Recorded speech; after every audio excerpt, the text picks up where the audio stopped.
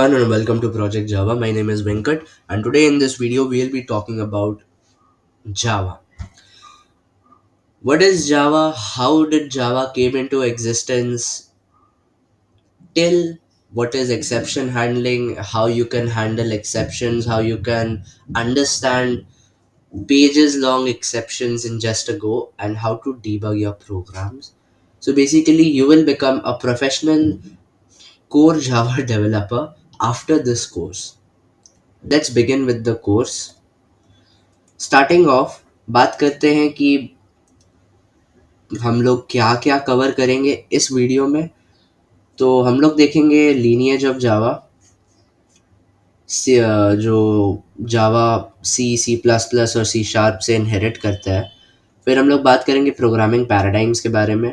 फिर data types, variables and arrays, operators, control statements, classes and objects, inheritance, packages and interfaces and exception handling. Now starting from data type से लेकर exception handling तक मैं आपको सारे updates भी बताता चलूँगा, साथ साथ दिखाता भी चलूँगा, सो दैट आप JDK 22 के साथ अप टू डेट रहें। जितना दिखा पाऊँगा उतना दिखाऊँगा, ज़्यादा लंबा भी नहीं करना चाहता इस कोर्स को। Starting out with the lineage of Java, इसमें क्या क्या कवर करेंगे भाई एक बार नज़र दौड़ा लेते हैं। हम लोग पहले बात करेंगे सी प्लस प्लस और सी शार्प के कनेक्शंस के बारे में, जावा के internet connections, byte code, एप्लेट्स, release schedule,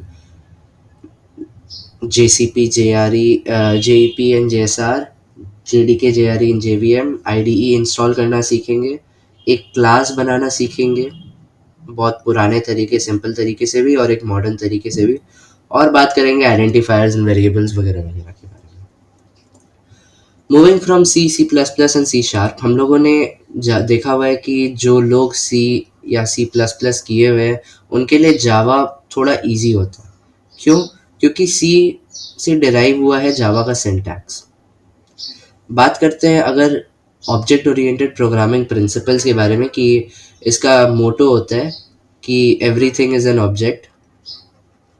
ठीक है, तो ये जो मोटो होता है, इस मोटो को फॉलो करने वाले programming languages object oriented programming languages के अंडर आते हैं। Java is an example of this, C plus plus भी is an example of this. Everything is not an motto, I mean everything is an object होना चाहिए। I am sorry, my bad. इसके बाद आता है C sharp का connection जो है डिस्ट्रीब्यूटिव प्रोग्रामिंग, जिसके बारे में हम लोग बात करेंगे जानकारी में, डिटेल में, कि आप एक ही आप ऐसे प्रोग्राम्स लिख सकते हैं जावा में जो सर्वर से लेके क्लाइंट साइड, क्लाइंट के जितने भी मशीन है सब में ट्रांसमिट कर सकते हैं using the protocols TCP, IP and UDP। वो सब बात करेंगे हम लोग कि जावा कैसे TCP, IP and UDP protocols manage कर सकता है एंड हैंडल कर सकता है। आगे बढ़ते हैं इंटरनेट एंड जावा में। जब जावा इंट्रोड्यूस हुआ था ना, उससे पहले आया था WWW, वर्ल्ड वाइड वेब। तो वर्ल्ड वाइड वेब को रिक्वायरमेंट्स थी डायनामिक वेब पेजेस की। तो ये डायनामिक वेब पेजेस कहाँ से मिलता? तो उस समय क्या हुआ कि जावा अपने बिल्डिंग फेज में ही था। 1992 में जावा का डेवलपमेंट थोड़ा स्टार्ट हुआ था कह सकते हैं, और 1995 में पब्लिक यूज़ के लिए रेडी हो चुका था जावा कम्प्लीटली। तो जावा में जो इनिशियल जावा 1.1 था, पहला वर्जन जावा का, उसमें थे एप्लेट्स।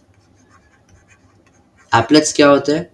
एप्लेट्स होते हैं वो चीज़ जो आपके क्लाइंट साइड नेटवर्क पे रन कर सकते हैं।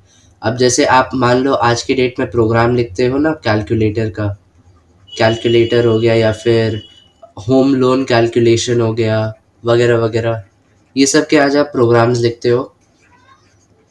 तो ये सारे जितने प्रोग्राम्स थे, इंटरनेट वाले क्या चाहते थे कि ये सारे इंटरनेट पे भी अवेलेबल रहे।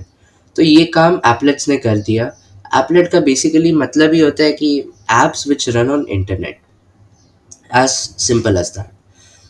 सो अगर आप नोट्स बना रहे हो तो ये आप नोट कर लो। ये क्लाइंट साइड ऐप्स रहते हैं, मतलब क्लाइंट को डाउनलोड करना पड़ता है एंड फिर उसको अपने वेब ब्राउज़र पे रन करना होता है। ठीक है? तो एप्लेट्स कुछ ऐसे काम करते हैं। और ये ही एप्लेट्स वर्ल्ड वाइड वेब को बहुत बूस्ट किए थे, क्योंकि भाई जब डब्ल्यू वालों ने देखा कि यार ये तो डायनामिक भी है, वेब पेज भी बना रहा है, छोटा छोटा ही सही लेकिन डायनामिक वेब पेजेस हैं इसमें, वैसे फीचर्स हैं, तब तो ये बहुत बड़ी बात है उनके लिए, उस समय बहुत बड़ी बात थी। तो उन्होंने जावा को बहुत ज़्यादा स्पॉन्सर किया खुद से, बहुत प्रमोट किया, and that is what made Java what it is right now. Moving on, let's talk about the byte code. Byte code, तो मान लो तुमने एक फाइल बनाया, उसमें तुमने इंग्लिश में कुछ भी लिख दिया। ठीक है? कोई भी प्रोग्रामिंग लैंग्वेज लिया, सबके लिए एक ही होता है, तो वो तुमने इंग्लिश में लिख दिया। अच्छा, लेकिन हम लोग तो बचपन से पढ़ते हुए आ रहे हैं कि भाई मशीन तो भाई ज़ीरो और वन की भाषा समझता है खाली। तो इस सोर्स कोड को, इंग्लिश को हम लोग मशीन लर्न में कैसे कन्वर्ट करें? खुद से लिखना होगा क्या? नहीं, ऐसा ज़रूरी नहीं है। तो क्या होता है कि जो प्रोग्रामिंग लैंग्वेज रहता है वो खुद का एक ट्रांसलेटर प्रोवाइड करता है। ठीक है? ये ट्रांसलेटर एक ब्लैक बॉक्स की तरह होता है। आप इसमें अपना सोर्स कोड डालते हो and it gets converted into machine code, and machine code का जो आउटपुट रहता है वो, मतलब आप देख पाते हो अगेंस्ट योर सोर्स कोड। तो this can be considered as a black box. इस ब्लैक बॉक्स के अंदर क्या होता है ये डिटेल में मैं अभी आपको बताता हूँ। देखो, सीन क्या होता है ना कि ये मशीन कोड डिफरेंट होता है हर एक आर्किटेक्चर के लिए, हर एक सीपीयू के लिए ये machine code will be different. तो अगर ये जो प्रोग्रामिंग लैंग्वेज ऑफर करता है अपने साइड से कि आप अपना सोर्स कोड डालो और मैं उसको मशीन कोड में कन्वर्ट कर दूंगा, तो वो चीज़ करने जाने के लिए इस प्रोग्रामिंग लैंग्वेज को बेसिकली सारे नए प्रोसेसर, पुराने प्रोसेसर के आर्किटेक्चर्स को कंसिडर करते हुए ड्राइवर्स एंड पैकेजेस इंस्टॉल करना होगा इंग्लिश को इसमें कन्वर्ट करने के लिए मशीन लेवल कोड में। अब बाइट कोड होता क्या है ये जानते हैं। मान लो आपने, अब जावा की बात करते हैं, ये तो ऊपर वाली बात हो गई भाई दूसरे प्रोग्रामिंग लैंग्वेजेस के लिए। अब मान लो आपने कोड लिखा इंग्लिश में जिसको हम लोग कहते हैं सोर्स कोड, सोर्स फाइल। इसको जावा क्या करता है कि इसको कंपाइलर को पास करता है। जैसे आप प्रोग्राम कंपाइल करते हो तो ये हो गया कंपाइलर। अब जावा कंपाइलर क्या करता है कि वो एक सेट ऑफ इंस्ट्रक्शंस तैयार करता है। ठीक है? जो न तो इंग्लिश में होता है और ना ही मशीन लैंग्वेज में होता है। वो अपने ही भाषा में एक सेट ऑफ इंस्ट्रक्शंस तैयार करते हैं एक ऐसा फाइल में जिसका एक्सटेंशन होता है डॉट क्लास। दिखाऊंगा अभी कि कैसे बाइट, कैसा दिखता है एक बाइट कोड। तो ये डॉट क्लास फाइल होता है बाइट कोड। इसमें जो भी आपने इंग्लिश में लिखा है, जो भी आपने इंग्लिश में लिखा है उसका ट्रांसलेशन आ जाता है उस भाषा में जिस भाषा में जावा समझ सकेगा। So it is a set of instructions. Let me write the definition for it. Set of instructions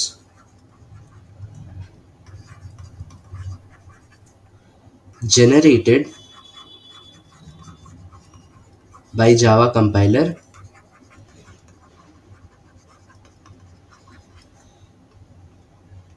to execute on the machine. ये होता है byte code, set of instructions generated by the Java compiler to be executed on the machine. अच्छा, ये byte code, अब आपको लगता है कि मशीन कोड है, बिल्कुल नहीं। ये बाइट कोड जाता है जेवीएम के पास। जेवीएम क्या करता है कि जेवीएम इसको मशीन कोड में ट्रांसलेट करता है, इंटरप्रेट करता है, जो भी बोलो। तब ये आके आता है वंस एंड जीरोस के भाषा में। समझ में आया ये पूरा कंसेप्ट? इसमें थोड़ा और डिटेल में जानते हैं कि जेवीएम का क्या काम होता है है ना? देखो, एक और स्लाइड ऐड करना पड़ेगा मुझे। Just a second, oops, sorry, क्या हो गया यार? ब्लैंक स्लाइड ऐड करते हैं। तो अपने पहले इतना समझ लिए, अब आते हैं समझते हैं कि जेवीएम कैसे काम करता है यहाँ पे। तो टॉपिक एक बार चढ़ा लो, जेवीएम। अब जेवीएम का जो एग्जीक्यूशन प्रोसेस होता है वो कुछ डिफरेंट होता है बाकी प्रोग्रामिंग लैंग्वेज के एग्जीक्यूशन एनवायरनमेंट से। मैंने आपको डॉट मतलब बाइट कोड तक समझाया था। अब देखो, यहाँ पर आता है डॉट क्लास फाइल जो अपना बाइट कोड है। इसको हम लोग पहले पास करते हैं क्लास लोडर सबसिस्टम में।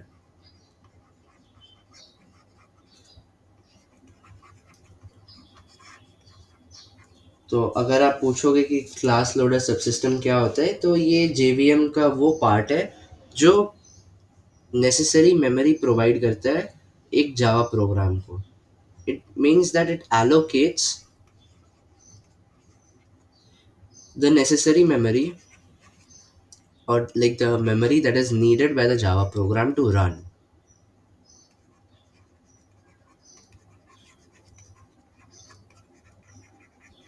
ठीक है, तो इट allocates द मेमोरी। इसके बाद आता है आपका रन टाइम डेटा एरियाज। ठीक है, तो let me just draw it quickly.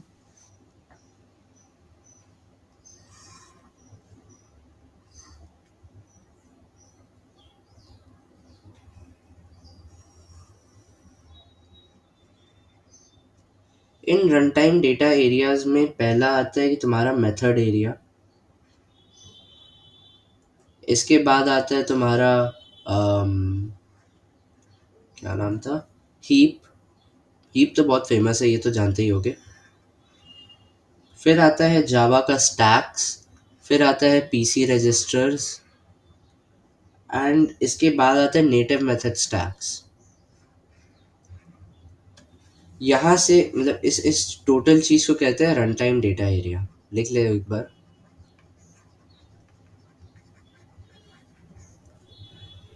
फिर यहाँ से प्रोग्राम जाता है आपका कम मतलब एग्जीक्यूशन इंजन के पास। इस एग्जीक्यूशन इंजन में प्रेजेंट होते हैं JIT compiler and Java interpreter. लिख देता हूँ एक बार, एग्जीक्यूशन इंजन, जहाँ पर प्रेजेंट है just in time compiler and interpreter. And कुछ नेटिव मेथड लाइब्रेरीज भी होती हैं, तो वो भी इसी तरफ जाते हैं। वो total cheese native method libraries and native method interfaces. Execution engine से फाइनली कोड आता है ऑपरेटिंग सिस्टम के पास मशीन लेवल लैंग्वेज में।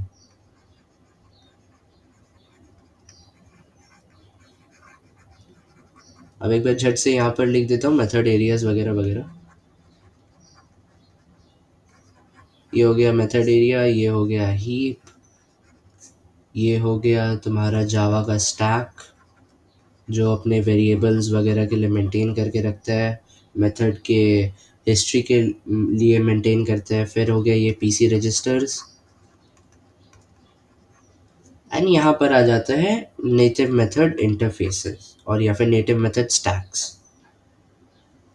तो पहले तो क्या होता है कि first of all it loads your dot class file into memory.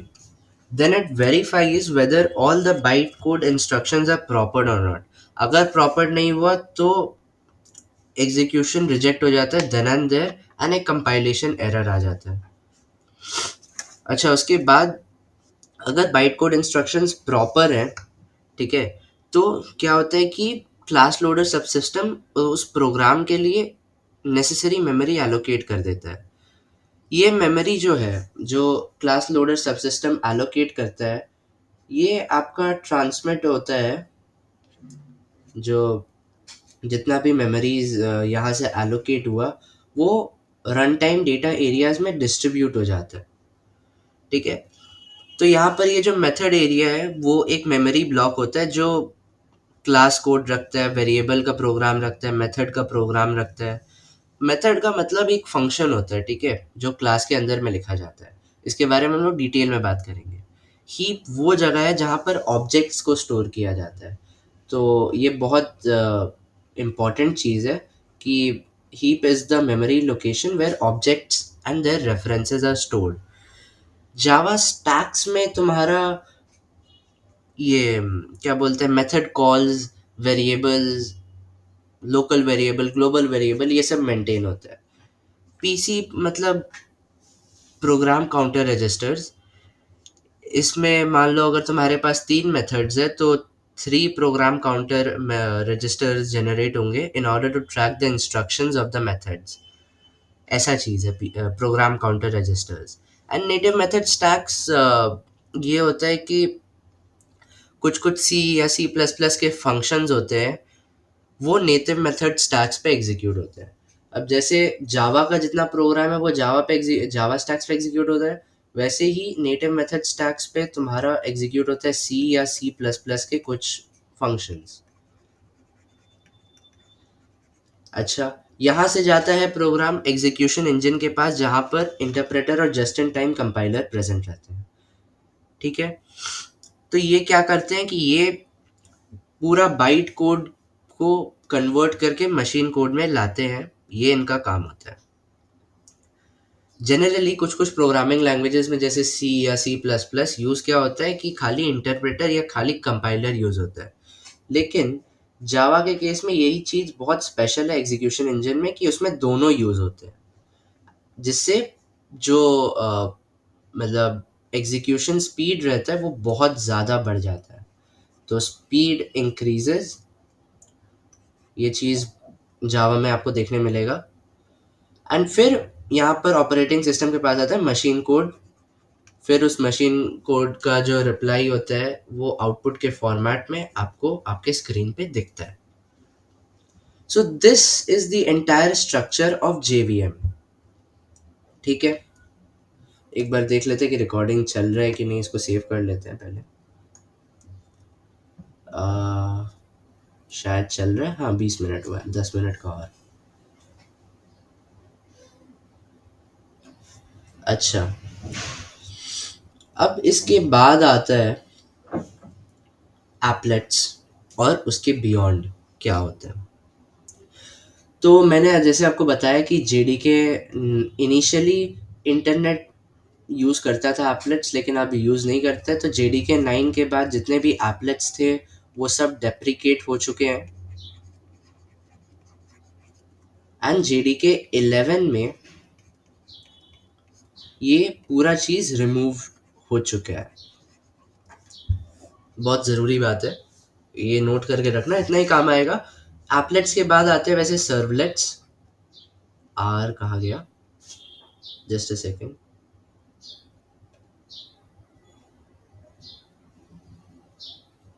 तो कहाँ था मैं, सर्वलेट्स पे।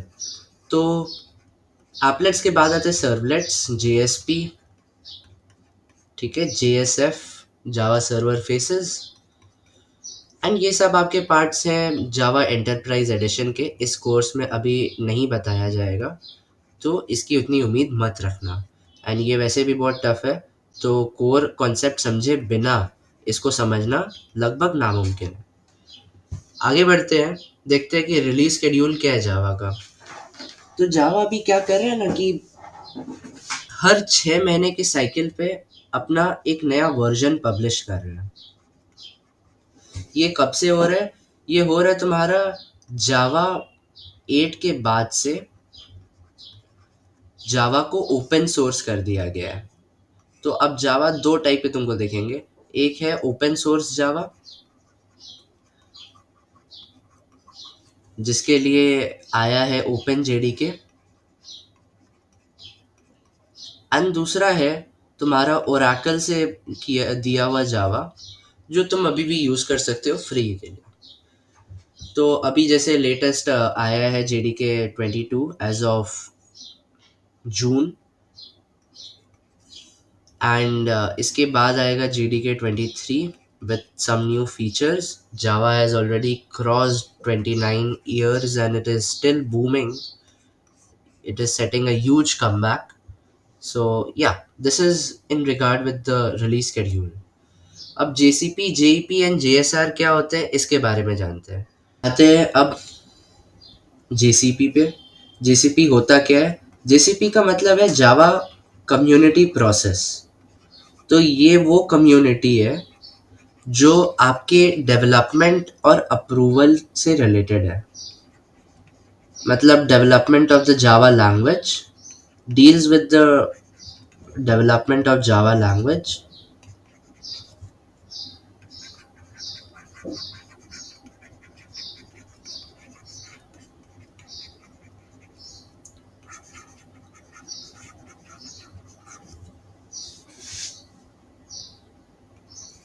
एंड इट्स अप्रूवल, एंड जो एनहांसमेंट प्रोसेसेस रहते हैं उनके approval.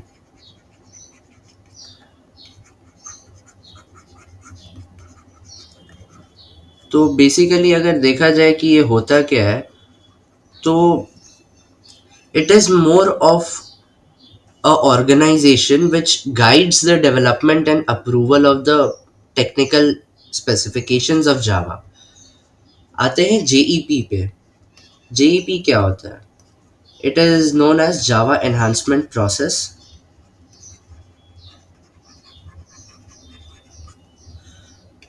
and this is responsible for introducing changes in the Java language.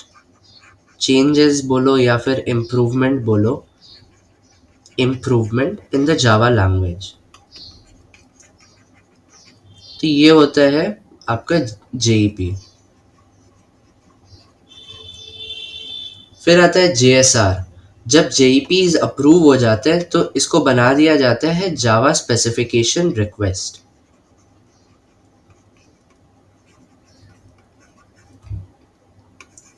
तो ये JSRs जो होते हैं ये रिलीज होते हैं आपके नए नए जावा के फीचर्स में। जैसे JDK 22 में बहुत सारे JSRs थे, तो वो सब में रिलीज होते हैं एज अ फीचर बन के।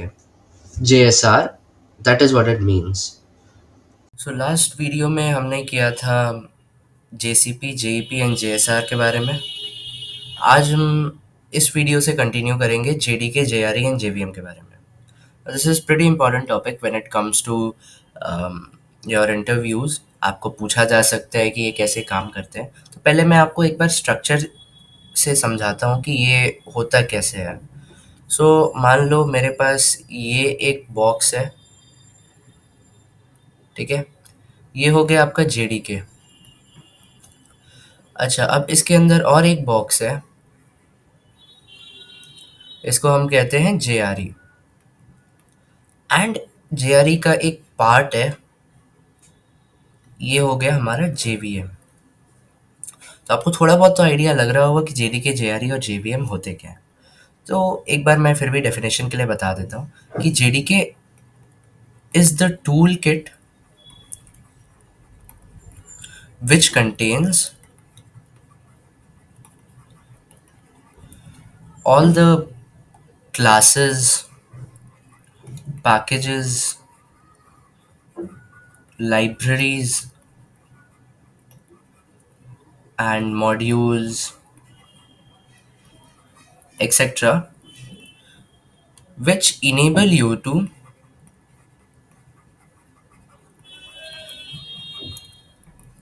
write and run programs.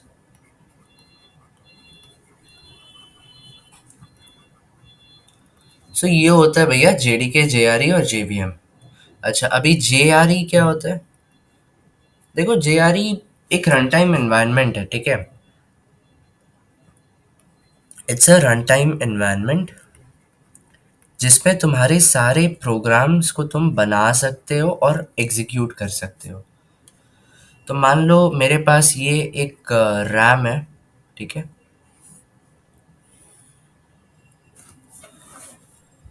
इस रैम में एक पर्टिकुलर डेटा स्पेस अलॉट किया गया है, एंड इस डेटा स्पेस को हम लोग कहते हैं जेआरई।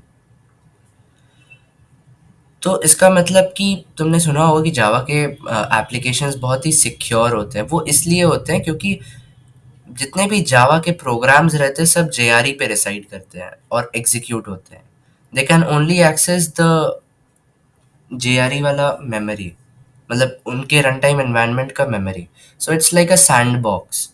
इसके बाहर का जितना भी कुछ है वो उसको एक्सेस नहीं कर पाता है, and that is why Java के programs are secure as well in when it comes to security. अच्छा, अब आता है जेवीएम। वेल, जेवीएम तो तुमको पता ही है कि हमारे पास जो बाइट कोड रहता है उसको कन्वर्ट करता है ये मशीन लेवल कोड में। तो ये काम जेवीएम का होता है। It's the part of execution engine. चलो अब जानते हैं कि कैसे एक आईडीई को हम लोग इंस्टॉल करके सेटअप कर सकते हैं। हम लोगों में से बहुत जन ब्लूजे आज तक यूज़ करते हुए आए हैं, लेकिन ब्लूजे के अलावा, उसके अलावा भी बहुत सारे ऑप्शंस हैं, जैसे IntelliJ, which is the best option. फिर आता है एक्लिप्स। एक्लिप्स आईडीई तुमने सुना होगा। फिर आता है नेट बीन्स। आजकल उतना खास कुछ चलता नहीं है अपाचे नेट बीन्स। एंड दूसरे भी जनरलाइज्ड आईडीई है, जैसे V S code, visual studio code. तुम इसको भी यूज़ कर सकते हो, नॉट अ प्रॉब्लम। तो आईडीई सेटअप करते करते हम लोग एक बार ये भी देख लेंगे कि हम लोग को अपना जावा डाउनलोड किधर से करना है। ठीक है, जैसा मैंने समझाया था कि हम लोग ओपन जेडी के 22 यूज़ करेंगे उसके लिए। ठीक है, तो आइए एक बार देख लेते हैं कि कैसे क्या होता है। Keep the annotations. तो देखो, मैं तुमको साइट बता देता हूँ कि तुमको डाउनलोड कहाँ से करना है। सो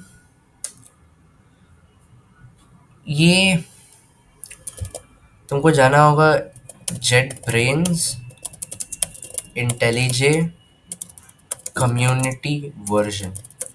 देखो, इसके दो वर्जन आते हैं, एक होता है अल्टीमेट और एक होता है कम्युनिटी। अल्टीमेट वाला पेड होता है, वो गिटहब स्टूडेंट डेवलपर पैक के साथ फ्री आता है। तो मान लो अगर तुमको तुमको पेड वर्जन में ही जाना है तो तुम जा सकते हो उसमें। मैक ओएस, लिनक्स, वो लोग अपना ऑपरेटिंग सिस्टम चूज़ कर लें, एंड फिर यहाँ नीचे आ जाओ, इंटेलिजे कम्युनिटी वर्जन के लिए डाउनलोड पे क्लिक कर दो। डाउनलोड पे क्लिक करने के बाद तुम्हारा फाइल ऑटोमेटिकली डाउनलोड हो जाएगा। आओ एक बार तुमको इंस्टॉलेशन दिखा देते कि कैसे क्या करना है।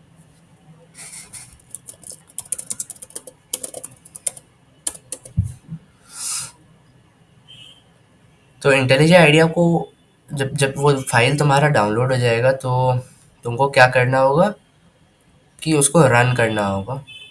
Download the installer. इंस्टॉल हो जाने के बाद उसको रन करना।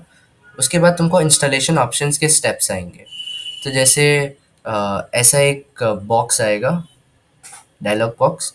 उसमें तुमको क्लिक करना होगा कि तुमको डेस्कटॉप आइकन चाहिए या नहीं, तो कर देना। राइट क्लिक करके एक ओपन फोल्डर एज प्रोजेक्ट भी इनेबल कर लेना, एसोसिएशंस में डॉट जावा। एंड ये सबसे ज़रूरी है, ऐड पाथ वेरिएबल। तो इसको add bin folder to the path में चेक करके नेक्स्ट पे क्लिक कर देना, तो वो अपने आप इंस्टॉल हो जाएगा। रीस्टार्ट करना पड़ेगा तुमको अपना computer, and that's how you would install IntelliJ idea.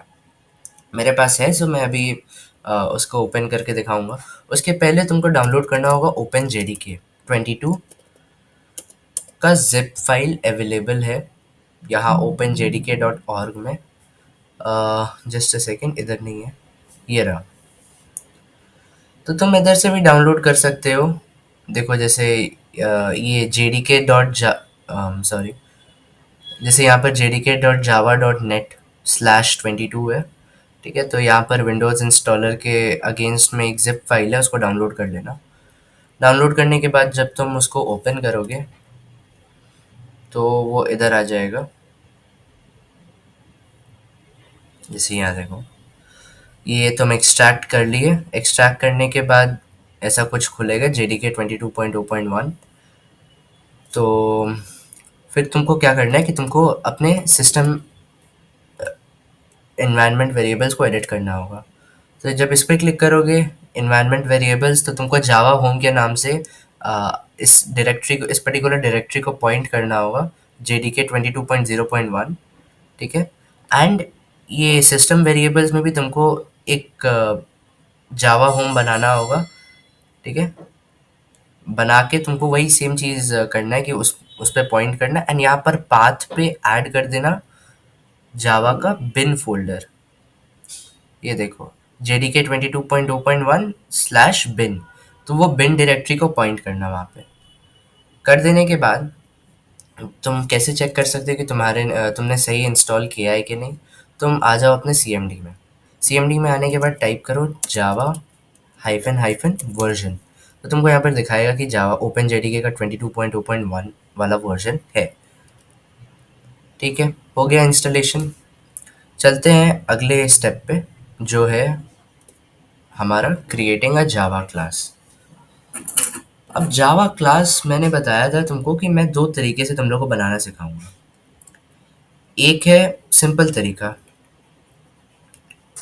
कि वही भाई तुम पहले क्लास बनाओगे, फिर तुम एक मेन मेथड बनाओगे, फिर तुम उसमें कुछ बकवास लिखोगे, फिर प्रिंट स्टेटमेंट लिखोगे तुम system dot out dot println, and फिर तुम उसको एग्जीक्यूट करोगे। तो ये है आम जिंदगी, ठीक है। मेंटोर जिंदगी क्या कहती है? तो मेंटोर ज़िंदगी ये कहती है कि हम लोग मॉडर्न तरीके से चलेंगे, क्योंकि अभी हम लोगों ने क्लास के बारे में बात ही नहीं किया, तो हम लोग इसमें क्लास नहीं लेंगे। हम लोग खाली एक मेथड बनाएंगे, उसको कुछ भी नाम दे सकते हैं, एंड हम लोग अपना प्रिंट स्टेटमेंट लिखेंगे, बस और कुछ नहीं। खाली ये दो चीज़ हम लोग लिखेंगे। ये चीज़ तुमको और कोई यूट्यूब वीडियो में नहीं देखने मिलेगा। तो आओ तुमको मेंटोर ज़िंदगी के मज़े दिलवाते हैं। तो मैं अभी ओपन कर लेता हूँ अपना कम्युनिटी वर्जन।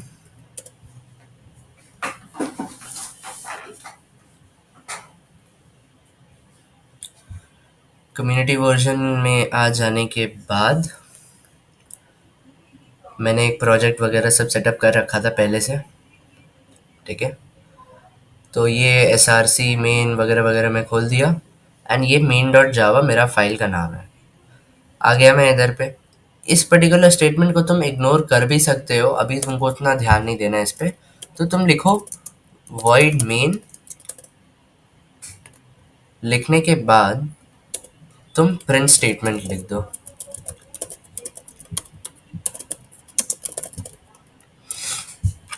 अच्छा, एक चीज़ नोटिस करो कि यहाँ पर मुझे कुछ गड़बड़ी बता रहा है। और तुमको और एक चीज़ दिखाता हूँ मैं कि वॉइड मेन ये सब क्या होता है, मैं बताता हूँ। जैसे देखो, वॉइड जो है ये एक रिटर्न टाइप है कि तुम्हारा फंक्शन, तुम्हारा मेथड क्या रिटर्न कर रहा है। मान लो अगर मैं यहाँ से इसको हटा देता हूँ, तो ये मुझे एक एरर देगा, क्योंकि जावा में हर एक फंक्शन, हर एक मेथड कुछ ना कुछ तो रिटर्न करते हैं, जस्ट लाइक मैथमेटिकल फंक्शंस। आओ तुमको एक बार इस पे ले चलते हैं। जस्ट लाइक मैथमेटिकल फंक्शंस कुछ रिटर्न करते हैं ना, जैसे मान लो तुमने लिखा f(x) इज इक्वल्स 23 या फिर समथिंग कुछ। तो ये जो फंक्शन है ये कुछ रिटर्न किया ना, ये कुछ वैल्यू रिटर्न किया। वैसे ही जावा के जो फंक्शंस होते हैं वो भी कुछ रिटर्न करते हैं। अब मान लो कि अगर तुमको ऐसा कुछ फंक्शन दिया गया, f(x) रिटर्न्स नथिंग, मतलब it does not give any output.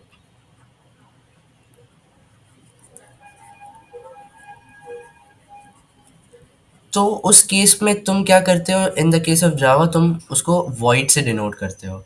void का मतलब होता है कि there is no return type, मतलब उस मेथड से तुम कुछ भी रिटर्न नहीं कर रहे हो।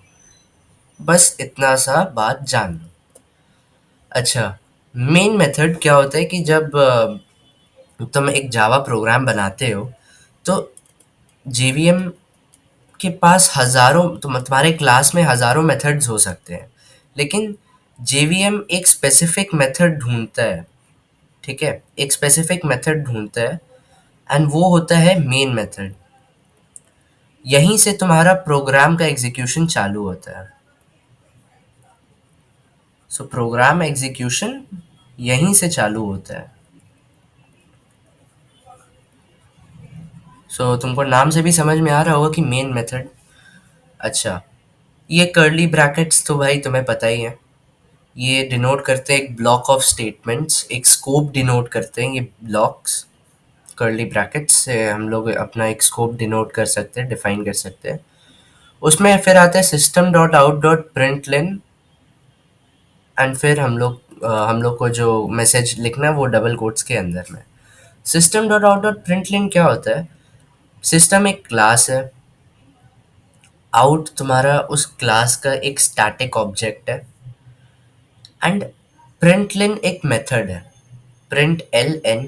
ठीक है, ये एक मेथड है जो कंसोल पे तुम्हारे आउटपुट प्रिंट करता है, या फिर जो भी इसके अंदर में लिखा जाता है वो प्रिंट करता है। एंड सेमी कोलन लगाना बहुत ज़रूरी है, ये बेटा पाइथन नहीं है, ध्यान रखना।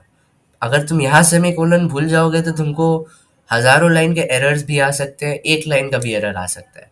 डिपेंड करता है कि तुमने कितना बड़ा प्रोजेक्ट बनाया है, एंड तुमने क्या और कहाँ गलती किया है। तो सेमी कोलन याद रखना मत भूलना, ये एक सिक्वेंशियल एग्जीक्यूटेबल स्टेटमेंट है।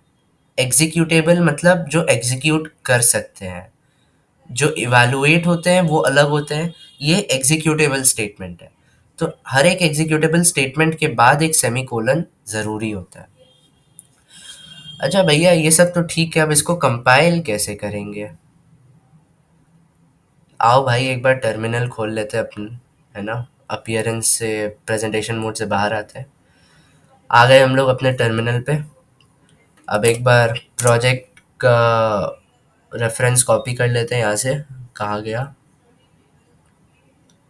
आ, ये रहा, पेस्ट किए। आ गए हम लोग इधर पे। अच्छा, अब क्या लिखना है यार? कुछ तो बताओ, कुछ इंटरेस्टिंग सा। देखो, तो तुमको JDK 11 से जावा सी, पहले जब JDK 11 नहीं था, जावा 11 वर्जन नहीं था, तो तुमको पहले लिखना होता था जावा सी मेन डॉट जावा, एंड उसके बाद जब कंपाइल हो जाता था वो पूरा प्रोजेक्ट, तो तुम फिर लिखते थे जावा मेन। अब क्या है, JDK 11 के बाद से तुम डायरेक्टली लिख सकते हो जावा एंड मेन डॉट जावा ऐसे फाइल नेम। लेकिन अभी एक चीज़ का ध्यान रखो, यहाँ पर तुमको लिखना होगा इनेबल प्रीव्यू। ये कुछ मेंटोर ज़िंदगी है, तो उस मेंटोर ज़िंदगी के लिए तुमको थोड़ा और स्मार्ट बनना पड़ेगा। सोर्स 22। अच्छा, ये जो मैंने दिखाया इसको कहते हैं अननेम्ड क्लासेस। ये जो चीज़ है वॉइड मेन, जो मैंने बिना किसी क्लास का नाम लिखे किया है, इसको हम लोग कहते हैं अननेम्ड क्लासेस। एंड ये आया है बहुत ही रीसेंट वर्जन्स ऑफ जावा में। तो इसको हम लोग प्रीव्यू फीचर से ही व्यू कर सकते हैं। तो इसके लिए हम लोगों ने कमांड लिखा इनेबल प्रीव्यू, एंड फिर बताया कि वो प्रीव्यू फीचर कौन से सोर्स वर्जन में है। तो वो जावा 22 में है। अब हम लोग फाइल का नाम देंगे यहाँ पे, दैट इज मेन डॉट जावा। देने के बाद हमें एक एरर आया, वो ये पैकेज का नाम हटा सकते हैं हम लोग, ऐसा कोई ज़रूरी नहीं है। एंड जब हम लोग इसको कंपाइल किए, then we get the output hello world. देखा, ये होता है मेंटोर जिंदगी।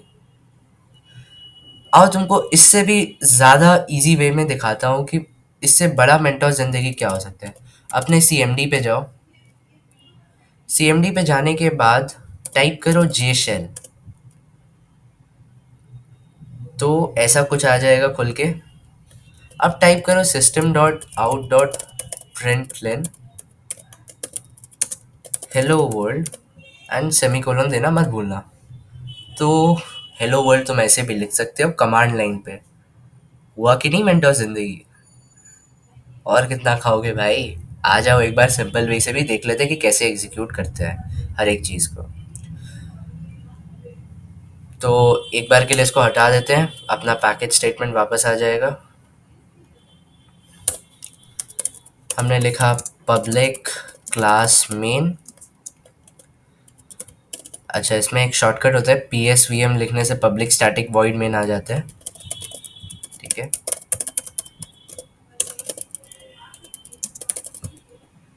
हो गया। बड़ा ही सिंपल चीज़ है। क्लास से तुमको ये बताना है कि तुम एक क्लास बना रहे हो, वो क्लास के अंदर में बहुत सारे मेथड्स रहेंगे, बहुत सारे वेरिएबल्स रहेंगे, तो हर एक मतलब मान लो ऐसे तुम मेथड्स नॉर्मली नहीं बना सकते हो, तो हर एक मेथड कन्वेंशनली एक क्लास के या एक इंटरफेस के अंदर होता है, इतना चीज़ ध्यान रखना। क्लास के बाद आता है तुम्हारा क्लास का नाम, दैट इज़ मेन। ये तुम्हारे फाइल नेम के ही जैसा होगा। मैंने file name main dot Java रखा है, तो ये क्लास नेम भी मेन डॉट जावा ही रहेगा। फिर आता है हम public static void main string args and फिर प्रिंट स्टेटमेंट पे। प्रिंट स्टेटमेंट तो मैंने तुम्हें समझा दिया। अब ये पब्लिक स्टैटिक वॉइड, देखो तुमको ये दोनों चीज़ नहीं पता है, तुमको ये दोनों चीज़ तुम ओमिट कर सकते हो अभी के लिए। खाली इतना जान के रखो कि ये एक सिंटैक्स होता है जो तुमको करना पड़ता है। जैसे तुम्हारी स्कूल की टीचर तुम्हें एक होमवर्क दे रही है, तो वो तुम्हें करना ही होता है, भले तुमको ज्योग्राफी पसंद हो या ना हो। तो वैसे ही ये भी एक अननेसेसरी चीज़ है, इसको तुमको करना पड़ता है।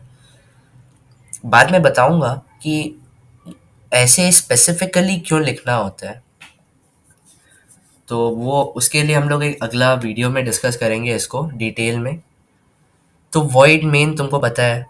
अच्छा, यहाँ पर जो ये स्ट्रिंग एंड फिर स्क्वायर ब्रैकेट्स एंड फिर ये स्पेस देके आर्ग्स लिखा हुआ है, ये चीज़ को हम लोग कहते हैं फॉर्मल पैरामीटर लिस्ट।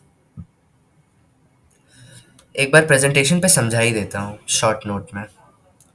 देखो, जब तुम एक सेकेंड, इसको पहले तो मुझे एक ब्लैंक फाइल चाहिए।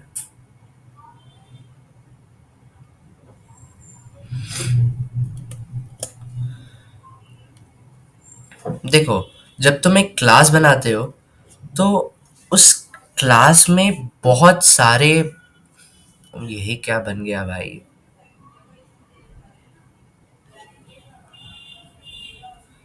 देखो, जब तुम एक क्लास बनाते हो ना, तो तुमको बहुत सारे मेथड्स और वेरिएबल्स तुम उसमें डाल सकते हो अपने हिसाब से, है कि नहीं। तो मान लो ये एक क्लास है जिसको मैंने नाम दिया मेन डॉट जावा। ठीक है, अब तुम यहाँ पर अपना प्रोग्राम लिखे जिसमें तुमने एक क्लास बना लिया, उसके अंदर में तुमने कुछ मेथड्स बना लिए एंड उसमें तुमने अपना कोड लिख दिया। ठीक है,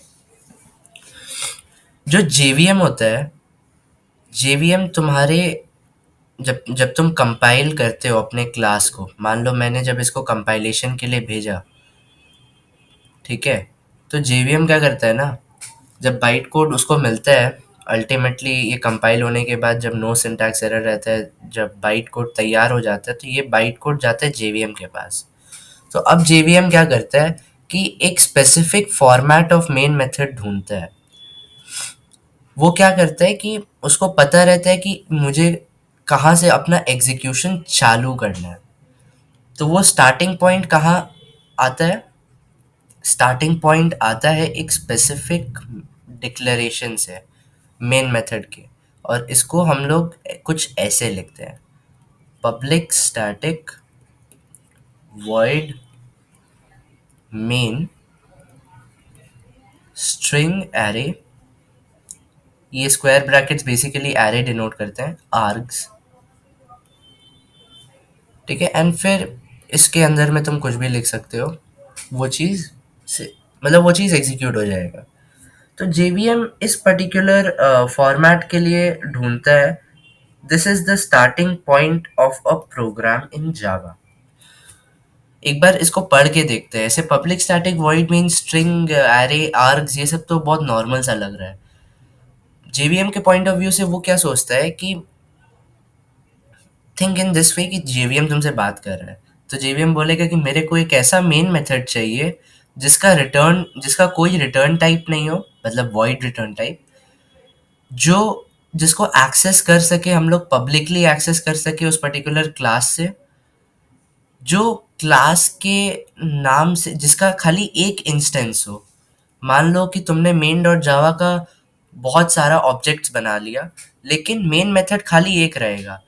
तो क्या बोले हम लोगों ने कि मुझे एक ऐसा मेन मेथड चाहिए जिसका कोई रिटर्न टाइप नहीं हो, जो पब्लिकली एक्सेसिबल हो एंड जिसका खाली एक इंस्टेंस एग्जिस्ट करता है, ऑल्सो जिसके पैरामीटर में एक स्ट्रिंग एरे है। तो मुझे वो मेन मेथड चाहिए एंड मैं वहीं से अपना एग्जीक्यूशन स्टार्ट करूंगा। अब ये जो तुम देख रहे हो पब्लिक स्टैटिक वॉइड मेन, यार तुम पूछोगे कि यार ये जो सीक्वेंस में मैंने लिखा है ये ज़रूरी है? बिल्कुल नहीं, तुम लिख सकते हो स्टैटिक पब्लिक वॉइड मेन, ऐसे भी कर सकते हो। ठीक है, तुम ये भी लिख सकते हो। एंड तुम पूछोगे कि यार ये जो वेरिएबल नेम है आर्ग्स, ये भी ढूंढता है क्या? वो सेम वेरिएबल नेम ढूंढना होता है? नहीं यार, तुम कुछ भी लिख सकते हो। मैं चाहूँ तो यहाँ पर स्ट्रिंग कैट्स भी लिख सकता हूँ एंड फिर कुछ कोड दे सकता हूँ। ज़रूरी क्या होता है कि पहले, मतलब इसका सिंटैक्स क्या होता है कि तुमने पहले एक्सेस मॉडिफायर स्पेसिफाई कर दिया, फिर तुमने रिटर्न टाइप डाल दिया, फिर तुम्हारा मेथड नेम आता है एंड फिर राउंड ब्रैकेट्स में तुम फॉर्मल पैरामीटर्स डिफाइन करते हो, डिक्लेयर करते हो, I mean formal parameter list. And इसके बाद जो भी तुमको लिखना है, जो तुम्हारा एग्जीक्यूटेबल कोड है, वो तुम इसमें कर्ली ब्रैकेट्स के मतलब स्कोप के अंदर डिक्लेयर करते हो। तो एक्सेस मॉडिफायर यहाँ पर क्या क्या होगा यार? एक्सेस मॉडिफायर हो गया स्टैटिक और पब्लिक, ठीक है, इतना याद रह गया। वॉइड हो गया हमारा रिटर्न टाइप एंड मेन हो गया हमारा मेथड का नाम। एंड ये जो स्ट्रिंग कैट्स है या स्ट्रिंग आर्ग्स है, जो भी हो, एरे जो है, ये हमारा हो गया फॉर्मल पैरामीटर लिस्ट। सिंपली इतना ही है। एंड जेवीएम कुछ ऐसे टाइप का ही मेन मेथड के लिए खोजता है। अब तुम बोलेगा कि यार मेन मेथड का नाम चेंज कर सकते हैं? बिल्कुल नहीं, ये मत करना। जेवीएम मेन मेथड ही खोजेगा। तुम इसके अलावा कोई और मेथड लिख दोगे तो वो उसको नहीं समझ में आएगा। वो सोचेगा यार इस क्लास में कोई स्टार्टिंग पॉइंट ही नहीं है, तो इस क्लास को स्टार्ट करके क्या पॉइंट है? तो आ जाओ, एक बार वापस आ जाते हैं यहाँ पर, एक बार एग्जीक्यूट करके दिखा भी देता हूँ। तो तुम यहाँ से क्लिक करोगे या फिर शिफ्ट F10 भी क्लिक कर सकते हो, तो वो एग्जीक्यूट हो जाएगा अपने आप।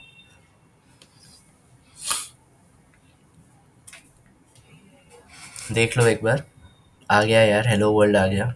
ठीक है, चलो वापस चलते हैं अपने प्रेजेंटेशन की तरफ।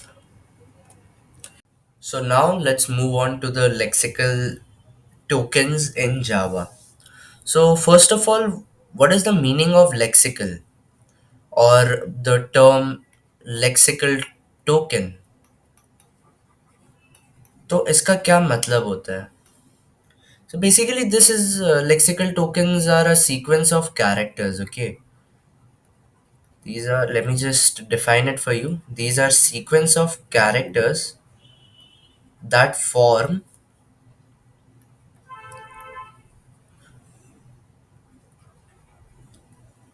the unit of a programming language syntax.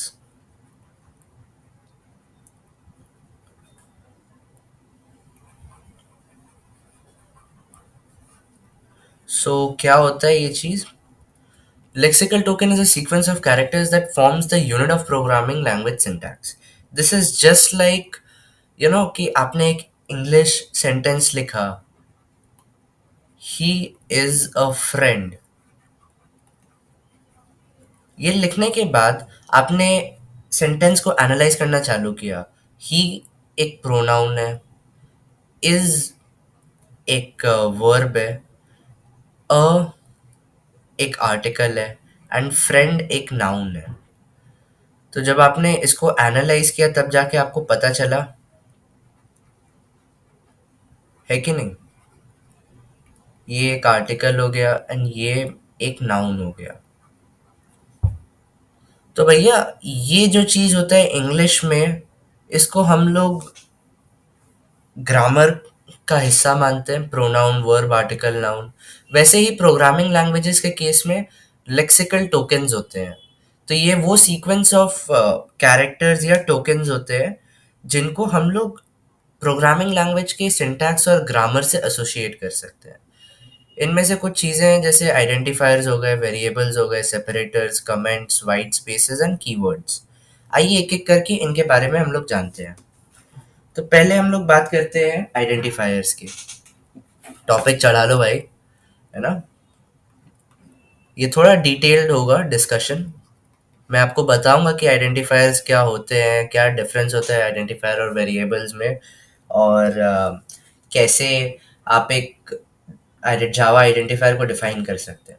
So identifiers are nothing but they are just a name in a Java program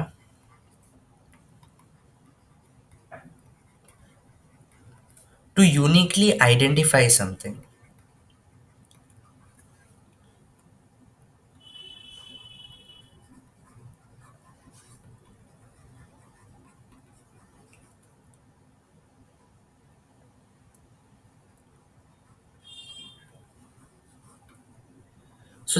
So identifiers are nothing but names in a Java program to uniquely identify something, basically used for identification purposes.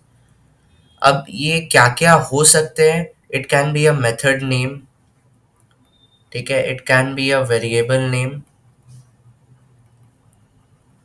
ध्यान से देखो, मैं names बोल रहा हूँ, मैं ये नहीं बोल रहा हूँ कि it can be a method और a variable. It can be a class name या फिर कोई लेबल नेम हो सकता है ना। ये सब चीज़ आइडेंटिफायर्स होते हैं। अब जैसे आपका स्कूल का आइडेंटिटी कार्ड है, उसमें आपका रोल एनरोलमेंट नंबर दिया हुआ है, राइट। तो वो एनरोलमेंट नंबर आपका आइडेंटिफायर होता है। तो वो आपको यूनिकली आइडेंटिफाई करता है इस चीज़ के लिए। सॉरी, ये लाइन कहीं से कहीं चला गया।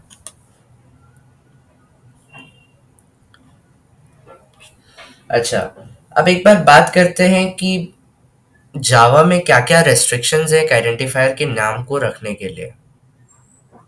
टॉपिक चढ़ा लो, rules for naming an identifier.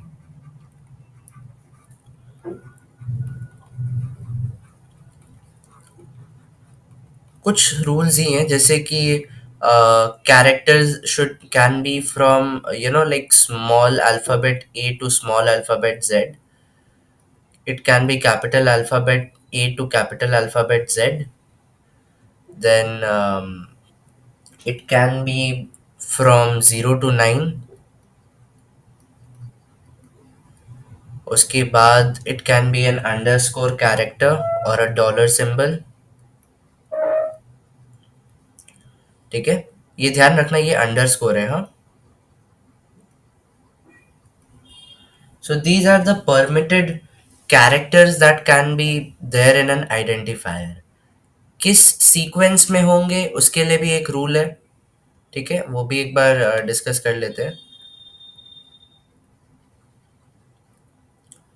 Sequence में सबसे पहले आपका कोई आ, ये आएगा, कैरेक्टर आएगा, ठीक है, अल्फाबेटिकल कैरेक्टर। उसके बाद डिजिट आ सकते हैं। ऐसा नहीं है, जैसे एक एग्जांपल दिखाता हूँ। जैसे मैंने आइडेंटिफायर का नाम रखा टोटल 1 2 3, तो ये आइडेंटिफायर करेक्ट है। लेकिन 1 2 3 टोटल ऐसा नाम अगर रखूंगा तो ये आइडेंटिफायर सरासर गलत है, ठीक है। ये चीज नोट करके रखो। 1 2 3 टोटल डिजिट के साथ आइडेंटिफायर स्टार्ट नहीं हो सकते। It has to always begin with a character. अच्छा, एक बात ध्यान रखना कि जावा के जो आइडेंटिफायर्स होते हैं वो केस सेंसिटिव होते हैं। जावा एक केस सेंसिटिव लैंग्वेज है। सो इसका मतलब कि टोटल 1 2 3 एंड स्मॉल में TOTAL 1 2 3 दोनों डिफरेंट है। ये चीज ध्यान में रखना। देखो ऐसे और तो कोई रेस्ट्रिक्शंस नहीं है एक आइडेंटिफायर को नेम करने के लिए। हालांकि एक अपडेट है, इसको येलो से लिख देता हूँ, नोट करके रखो इस चीज को, है ना। Starting with JDK 22,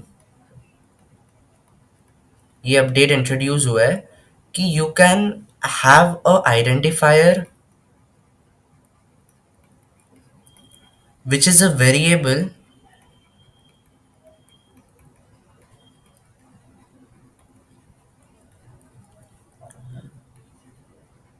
can be unnamed। इसका क्या मतलब हुआ?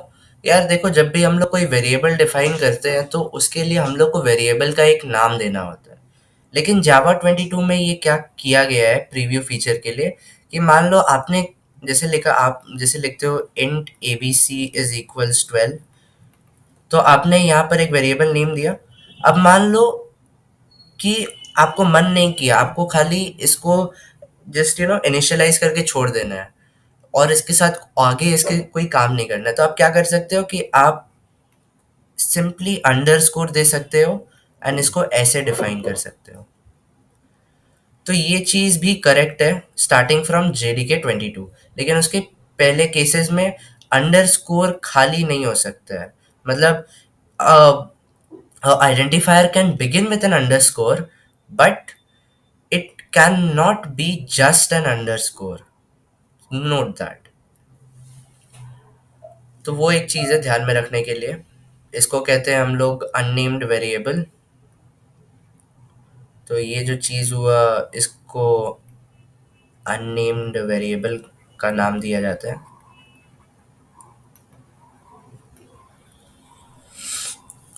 अच्छा, देखो, आइडेंटिफायर्स के और एक चीज़ है जो आपको ध्यान में रखना चाहिए, and it is that identifiers can not B reserved words. मतलब कीवर्ड्स नहीं हो सकते हैं, बात ध्यान में रख लो।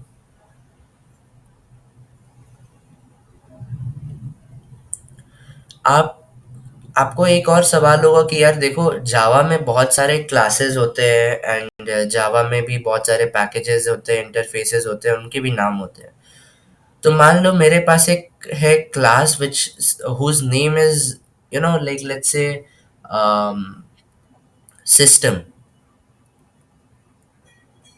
ठीक है, सिस्टम मेरे पास एक क्लास है जावा का, जावा डॉट लैंग में ये क्लास प्रेजेंट है।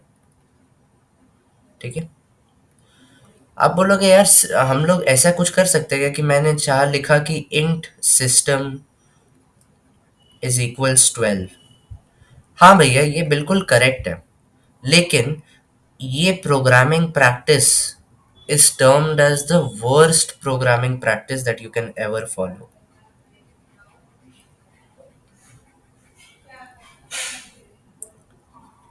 So note this thing कि this is the worst programming practice।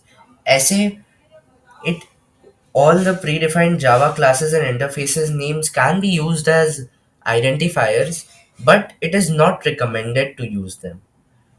अच्छा, आइडेंटिफायर्स के लिए कुछ प्रो टिप्स भी हैं कि जैसे कीप इट शॉर्ट, एंड उसका जो पर्पस रहेगा, पर्पस के हिसाब से उसका नाम रखना जो उसके पर्पस को भी डिफाइन करता है। मान लो मेरे को एक काउंटर के लिए एक वेरिएबल चाहिए, तो मैं उसका नाम रख दूंगा काउंट या फिर काउंटर। वो अपने आप किसी और को समझ में आ जाएगा जब वो मेरा प्रोग्राम देखेगा तो। अच्छा, और एक चीज़ है कि there is no limit for the length of identifier, but it is prefer to keep it short only. तो ये चीज़ का ध्यान रखना है ना।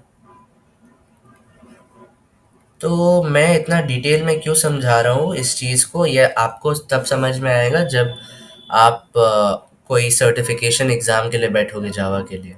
तो वहाँ पर ये सब बेसिक्स पे बहुत सारे क्वेश्चंस बनते हैं। ठीक है,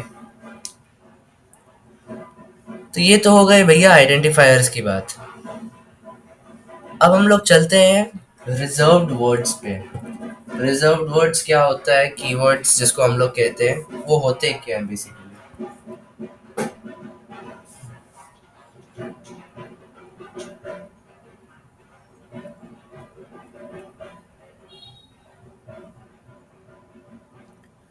तो टॉपिक लगा लो, रिजर्व्ड वर्ड्स इन जावा। आओ देखते हैं क्या होता है। तो भाई देखो, रिजर्व्ड वर्ड्स तो बहुत सिंपल है। कुछ वर्ड्स विच आर रिजर्व्ड और which are predefined in Java and have a specific purpose.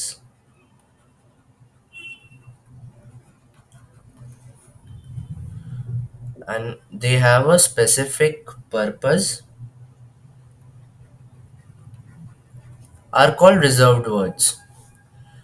तो इन वर्ड्स के कुछ मीनिंग्स होते हैं जावा कंपाइलर और उसके मतलब कंपाइलेशन यूनिट के लिए। As of Java 8, there were 62 reserved words.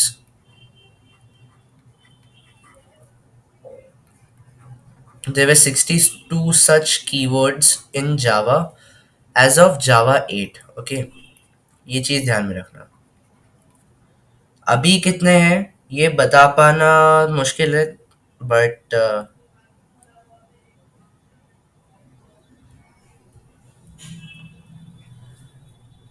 I am supposing over the duration of this course आप वो डिकोड कर लोगे।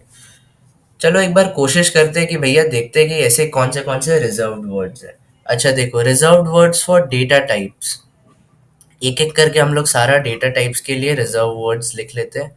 तो वो हो जाएगा तुम्हारा byte, short, int, long, float, double, boolean and char. ये सब डेटा टाइप्स के लिए रिजर्व्ड वर्ड्स हैं।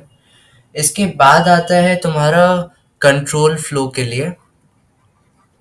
कंट्रोल फ्लो के लिए आता है तुम्हारा इफ, एल्स, स्विच, ठीक है। फिर आता है तुम्हारा केस, डिफॉल्ट, यील्ड। फिर और क्या था,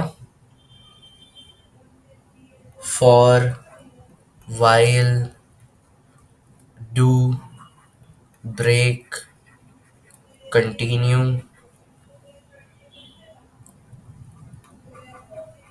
रिटर्न।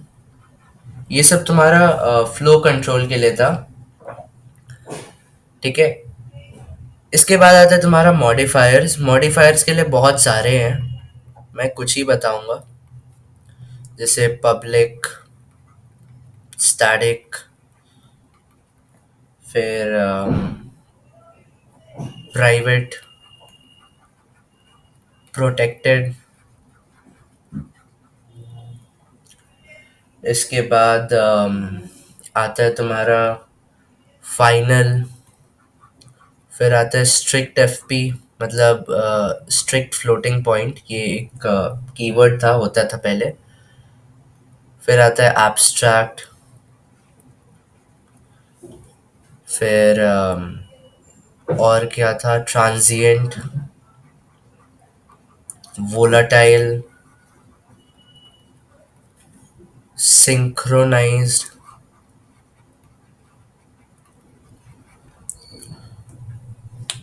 और नेटिव, ये भी एक था जहाँ तक मुझे ध्यान में, डिफ़ॉल्ट। फिर एक्सेप्शन हैंडलिंग के लिए भी कुछ कीवर्ड्स थे, जैसे ट्राई, कैच, थ्रोज, थ्रो। इसके बाद फाइनली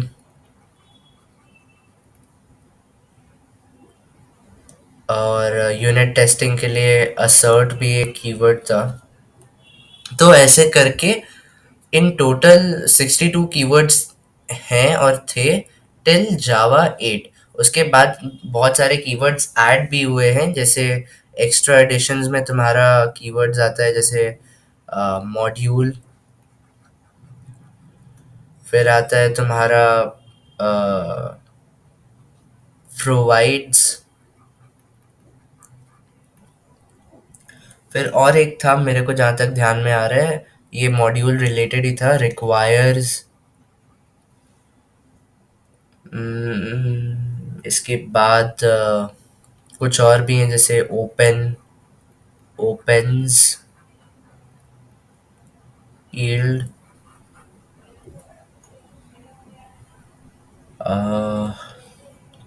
और एक था विथ भी था जहाँ तक मेरे को ध्यान में है। सो ये सब थे, और एक एक्सपोर्ट्स भी आया था मॉड्यूल्स के साथ। तो ये सब जितने भी कीवर्ड्स हैं, ये सब कुछ नए एडिशंस हुए हैं जावा 8 के बाद से। इसको भी ध्यान में रख लेना एक बार के लिए। तो इन कंक्लूजन हम क्या कह सकते हैं कि जावा के जो जितने भी रिजर्व्ड कीवर्ड्स हैं, they all begin with lower case characters. उसमें से एक भी अपर केस में नहीं है। ठीक है, ये पहला हम लोग कंक्लूजन निकाल सकते हैं। दूसरा कंक्लूजन हम लोग ये निकाल सकते हैं कि किसी भी कीवर्ड्स में नंबर्स नहीं है। Numbers and digits not included. इस चीज को ध्यान में रखना, ये काम आ सकता है तुम्हारे। इसके बाद हम लोग को इतना पता है कि हम लोग कोई भी कीवर्ड्स को यूज नहीं कर सकते as identifiers. These words can not be used as identifiers.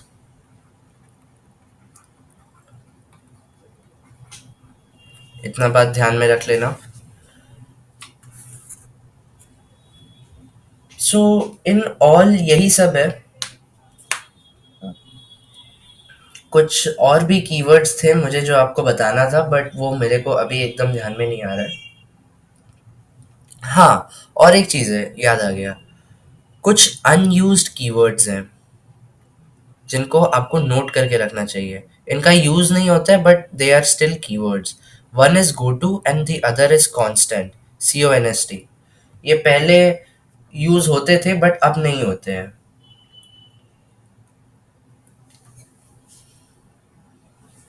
आगे बढ़ते हैं हम लोग के थर्ड लेक्सिकल टोकन की तरफ, which are variables.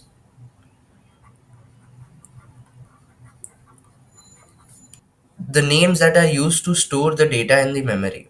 So variables are the names used to refer data stored in the memory. तो ये होते हैं वेरिएबल्स। कुछ बातें जो वेरिएबल्स के बारे में हमें जाननी चाहिए वो है कि it can only hold only one type of data, can hold और रेफर टू, होल्ड कहना गलत होगा, only one type of data. ठीक है, ये चीज़ को नोट करके रखना बहुत ज़रूरी है। जावा के लिए टॉप डाउन अप्रोच फॉलो होता है in order to evaluate and compile a program. So you must declare a variable before using it. तो इस बात का ध्यान रखना कि अगर आप मान लो उप्स उप्स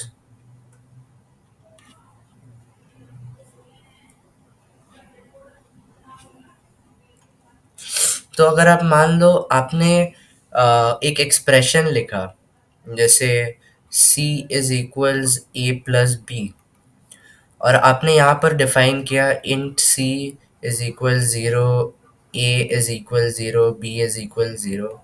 ये चीज़ गलत है, सरासर गलत है, आपको कंपाइलेशन एरर दे देगा। ठीक है, इस चीज़ को ध्यान में रखना। तो ये होते हैं वेरिएबल्स। और एक चीज़ है, ऑल आइडेंटिफायर्स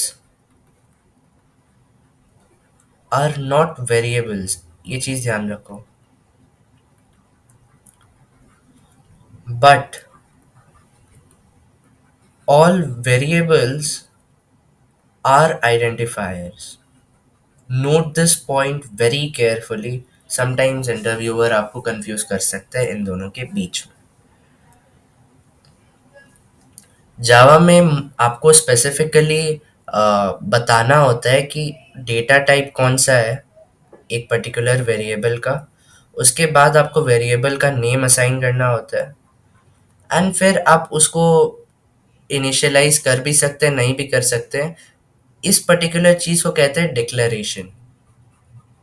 अगर मान लो मैं यहाँ पर कुछ ऐसा लिखता, इंट सी इज इक्वल्स 20, तो यहाँ पर इंट हो गया डेटा टाइप, सी हो गया वेरिएबल नेम, एंड 20 हो गया वैल्यू जो इस वेरिएबल के अंदर स्टोर्ड है। एंड ये चीज़ को हम लोग कहते हैं declaration and assignment of value. इसको शॉर्ट हैंड नोटेशन है ये वैसे तो। आओ एक बार बात कर लेते हैं कमेंट्स के बारे में, कि जावा में कितने टाइप के कैसे कैसे क्या कमेंट्स होते हैं। ये बहुत ही सिंपल चीज़ है, सबको ये चीज़ पता होता है। इसको कहते हैं सिंगल लाइन कमेंट।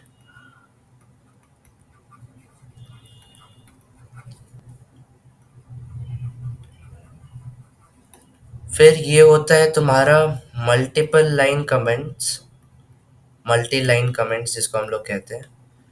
ठीक है, यहाँ पर और एक स्टार आता है।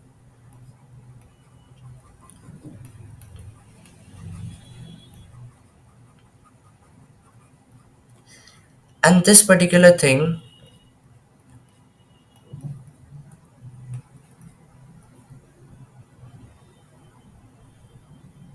Is known as a documentation comment. जब हम लोग अपनी जावा की क्लासेस बनाएंगे तो हम लोग इन तीनों के बारे में डिटेल में पढ़ेंगे, तो ये चीज़ ध्यान में रखो। ये सिंगल लाइन कमेंट होता है, multi line and documentation comments. Comments का क्या है कि जावा कंपाइलर उन्हें इग्नोर करता है, लेकिन एक केस में ऐसा नहीं होता है। डॉक्यूमेंटेशन कमेंट्स जब तुम लिखते हो तो वो एक HTML फाइल होता है जिसको हम लोग कहते हैं जावा डॉक। ठीक है, वो उस HTML फाइल में, इसका नाम होता है जावा डॉक, तो वो उस HTML फाइल में तुमको डिस्क्रिप्शन देता है तुम्हारे पूरे प्रोग्राम का। जितना भी तुम डॉक्यूमेंटेशन कमेंट्स लिखोगे वो जावा डॉक्स में जाता है, आप उसको व्यू कर सकते हो। ऑब्वियसली आपको उसको जनरेट करना पड़ेगा, that's a separate thing.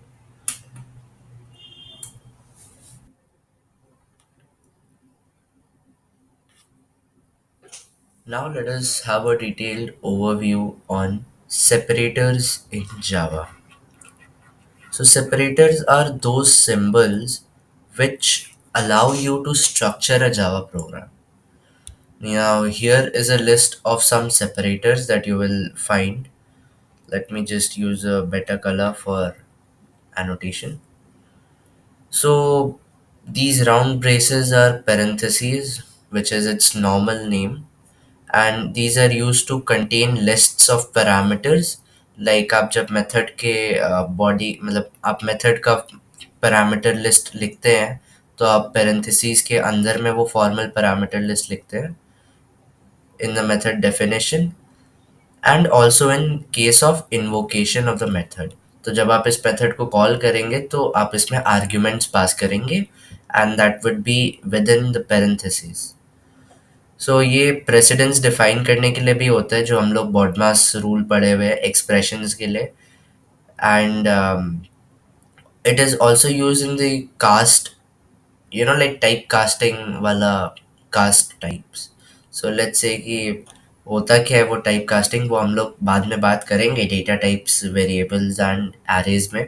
But just एक short example, it is basically converting from one type two the other. So that is what type casting is. तो टाइप कास्टिंग के लिए भी यूज़ होता है, पेरेंथेसिस में आप अपना जो एक्सप्लिसिट टाइप रहता है वो मेंशन करते हैं, तो वो पूरा expression would be converted to this explicit data type which you have mention.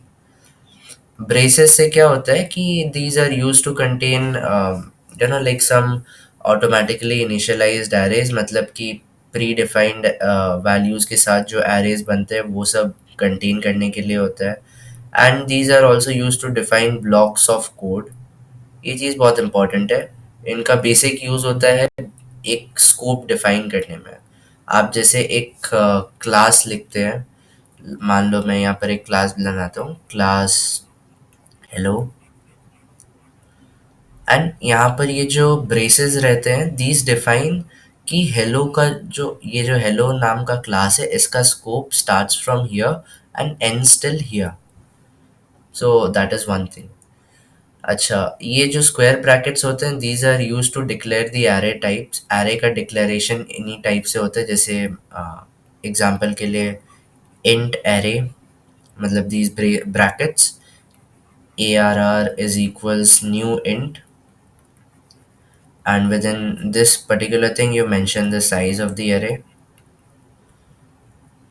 Dereference करने के लिए भी होता है एरे वैल्यूज़ को, मतलब कि अगर आपको एक स्पेसिफिक इंडेक्स का वैल्यू चाहिए तो आप लिख सकते हैं arr ऑफ 2 का वैल्यू अगर आपको सेट करना है तो आप मान लो यहाँ पर सेट कर सकते हैं 15।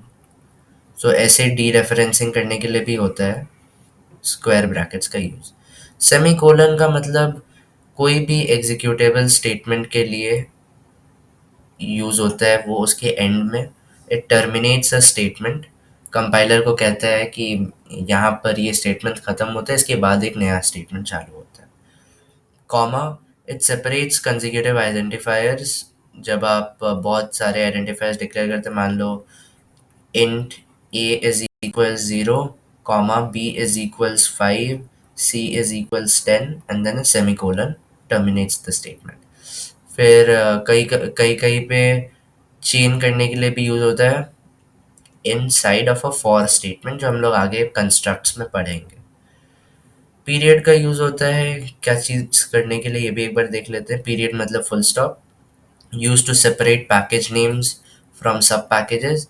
जैसे मान लो मैंने लिखा io.github.venki, तो ये जो पीरियड देख रहे हो दिस इज अ सेपरेटर। तो ये बताता है कि IO पैकेज के अंदर में गिटहब पैकेज है एंड गिटहब पैकेज के अंदर में there is a sub package named Venky. Also it is use to separate a variable और method from its reference variable. ये चीज़ को भी ध्यान में रखना बहुत ज़रूरी है। ये जो डबल कोलन्स आप देख रहे हो this is use to create a method और अ कंस्ट्रक्टर रेफरेंस। ठीक है, कई बार ये एक एडवांस्ड कंस्ट्रक्ट में यूज़ होता है कि आपको आप जैसे लैम्डा एक्सप्रेशन यूज़ कर रहे हो तो उसमें आप directly system dot out dot println नहीं लिखोगे।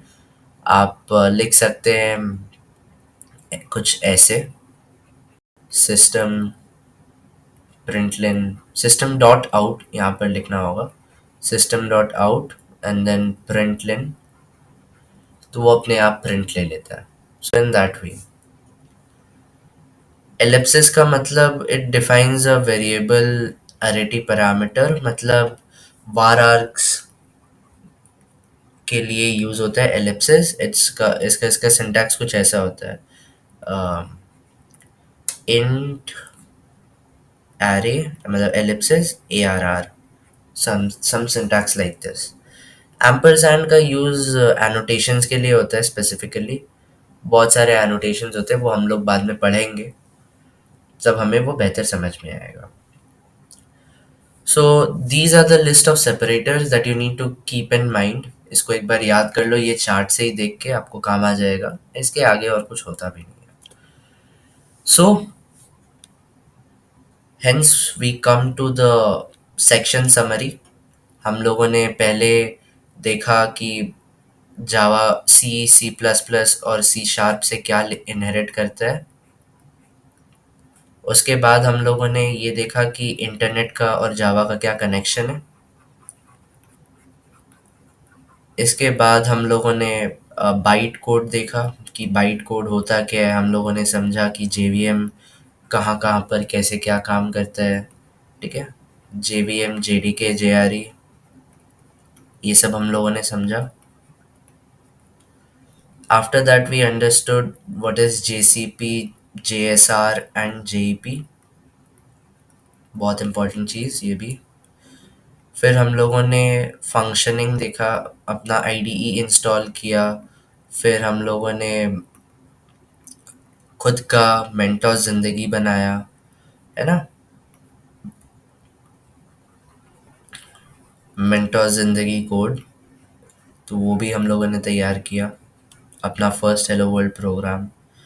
और उसके बाद हम लोगों ने पढ़ा लेक्सिकल टोकन्स क्या होते हैं एंड आइडेंटिफायर्स, वेरिएबल्स, कीवर्ड्स वगैरह वगैरह, ये सब क्या होता है. सो इतना कुछ ही इस वीडियो में रहेगा.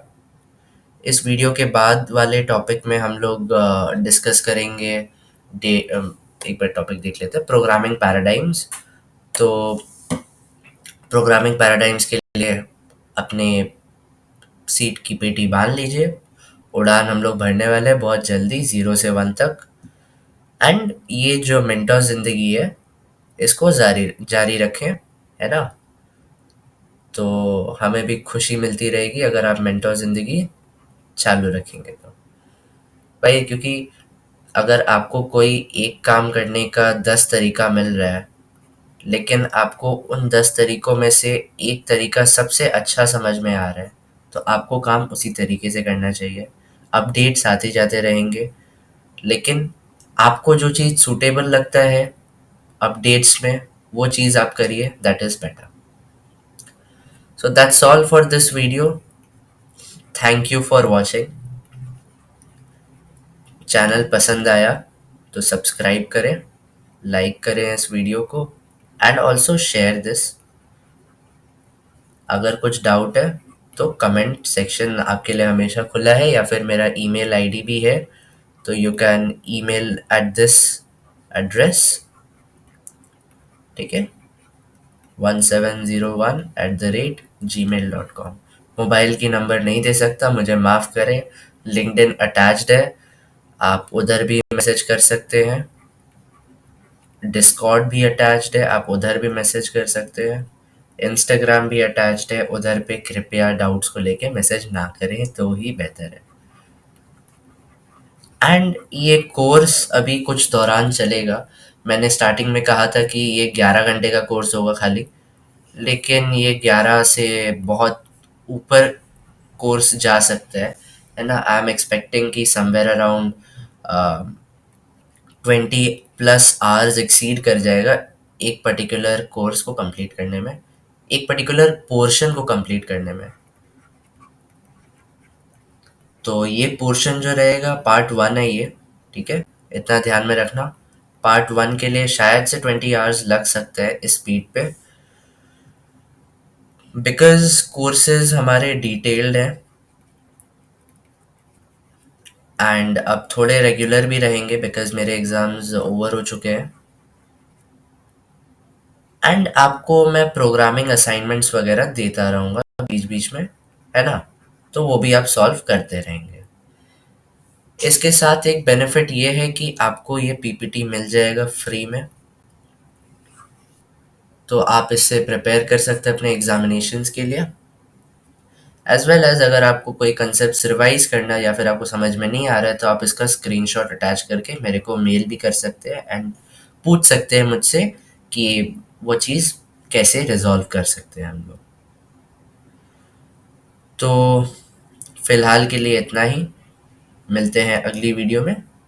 तब तक के लिए धन्यवाद.